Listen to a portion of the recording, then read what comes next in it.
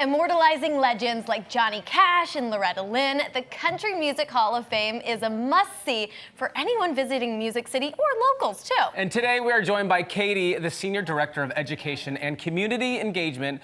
Tell us a little bit about the museum. Yeah, the Country Music Hall of Fame and Museum opened on Music Row in 1967, moved downtown in 2001, and we doubled our footprint in 2014, and so it really is a great landmark. It's one of the largest history museums in the United States. It's a real treasure here in Nashville. We have a lot of exhibitions. There's a limited run exhibition. Patty Loveless and Eric Church just opened, but our mainstay exhibition, Singing Back Home, tells those stories that are deeply rooted in country music from the pre-commercial roots all the way through modern times. Something truly for everyone, but what's really incredible is your Words and Music program. It's for students. It helps them express themselves through songwriting. Yeah. So beautiful. Our Words and Music program, it's our flagship educational program. It's been going on since 1979. Over 150,000 students have participated in this program.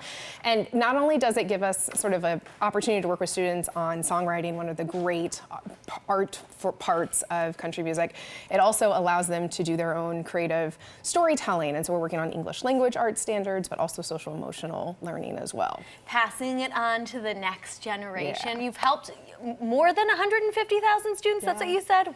Wow. Just through that program, and our reach is even greater than that because that's not our only educational programming. There are so many offerings. I was going to say, what else do you offer? Because that's not your only, Yeah.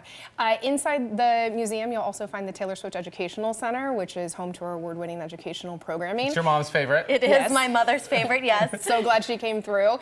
In addition to 3 classrooms and an interactive learning lab, a demo lab, there's also special exhibitions where people can interact with the materials that are there. And that's what I love. I've been fortunate enough, to check out your museum a few times over the years, and there's always something different.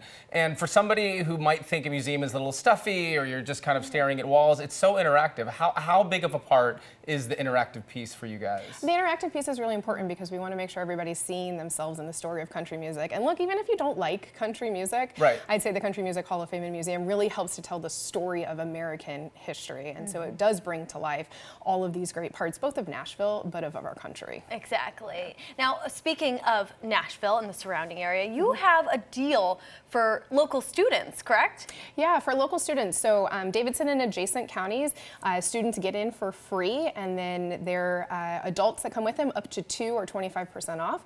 We can extend that admission through the Nashville Public Library for our Community Counts Passport program. They can check out a passport, come in and visit us free of charge. And you guys do weddings, you do special events, you do all the things there. Yeah, it's a great space. I mean, the museum is beautiful, but the event halls are also equally as beautiful. Right. Yeah. Now, what is your favorite exhibition right now? Right now, I gotta say, Eric Church is my favorite. Okay. Why? That just opened, right? Yeah, it did just open. You know, it has a little bit of that Taylor Swift component in there. There's a lot of objects that you wouldn't necessarily associate with Eric Church's story that sort of come to life in new and interesting ways. So that's the one I love. What's one history fact that you uncovered in maybe an exhibition that you're creating that really just wowed you? Oh, I think that the deep roots of country music is what's really interesting. You know, oftentimes we think about country music and we immediately go to some of the really familiar sounds of Johnny Cash or Willie Nelson. But if you go even further back, country's history in that like really pre-commercial early 1900s, that's kind of where I like to geek out. Okay. But that's just me. Oh, I love it.